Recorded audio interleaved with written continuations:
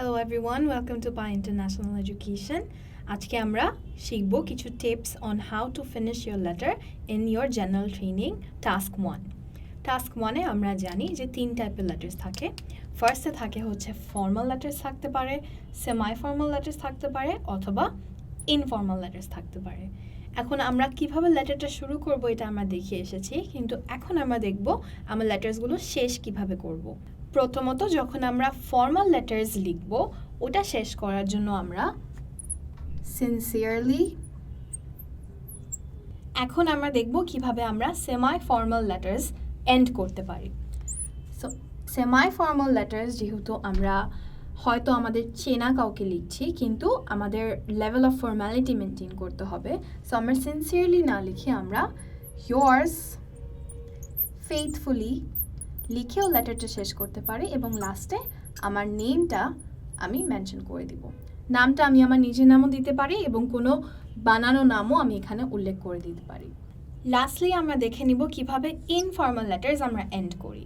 So আমরা জানি informal letters আমরা আমাদের ফ্রেন্ড অথবা ফ্যামিলির কাছে লিখে থাকি এবং এই জন্যই আমরা ইনফর্মাল লেটার্স কিন্তু একটা ফর্মালিটি দিয়ে শেষ করব না। সো আমরা শেষ করার সময় বেস্ট রিগার্ডস অথবা বেস্ট উইশেস বলে আমাদের নেম উল্লেখ করে লেটারটাকে শেষ করতে পারি। Thank you everyone. আমরা এতক্ষণে বুঝতে পারলাম যে কিভাবে আমরা ফর্মাল লেটার্স এন্ড করতে পারবো, সেমি ফর্মাল লেটার্স এন্ড করতে পারবো এবং ইনফর্মাল লেটার্স এন্ড করতে পারবো। তিনটার এন্ডিং কিন্তু ডিফারেন্ট হবে বিকজ আমি তিন টাইপের মানুষের কাছে লিখছি। ফার্স্ট, ফর্মাল লেটার্সের জন্য কিন্তু আমি মানুষটাকে চিনি না।